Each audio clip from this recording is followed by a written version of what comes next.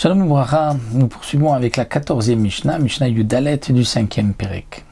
Après avoir vu dans la Mishnah précédente que à la fin du Vidui Maasrot, on faisait une tfila, une prière, on demandait à Kadosh Baruch Hu de nous bénir avec des filles, des garçons, une descendance et la terre qu'il nous a donnée. Donc qu'il y ait la pluie, mais que ce soit une terre où coule le lait et le miel. Et dans le passouk, c'est marqué donc Veta Adama Asher Natat Lanu, la terre que tu nous as donnée. De là, nous allons apprendre aussi des halachot.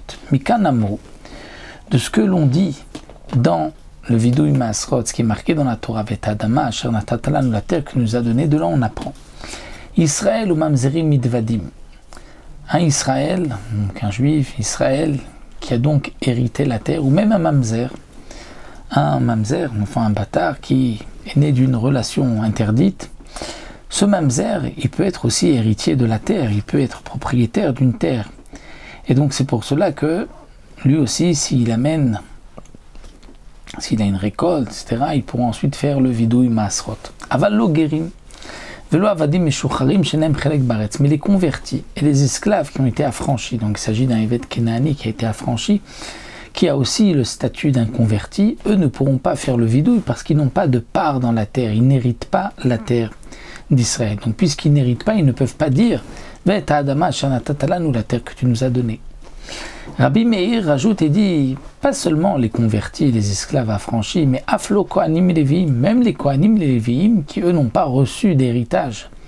Shelo Natnu Chelek Baretz ne pourront pas dire le vidouille Maasrot parce qu'ils ne peuvent pas prononcer Veta Adama Shanatatala.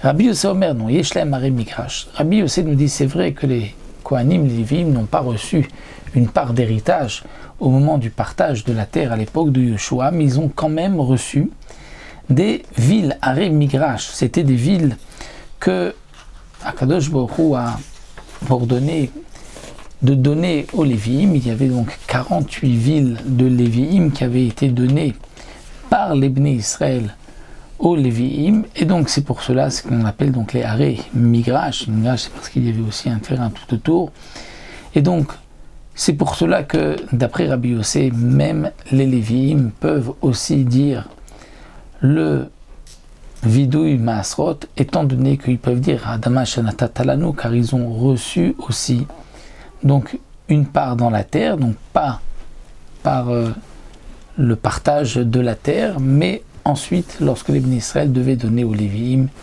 les villes qui servaient aussi au passage donc, de villes de refuge, mais ce sont des villes qui ont été données aux Kohanim, et donc c'est pour cela que, Kohanim aux Léviim, c'est pour cela que le Kohen comme le Lévi pourra dire le vidouille et dire Adama Shanatat-Talanu parce qu'ils ont aussi reçu une part de la terre. Il nous restera une dernière Mishnah pour terminer Masechet Maaser Sheni.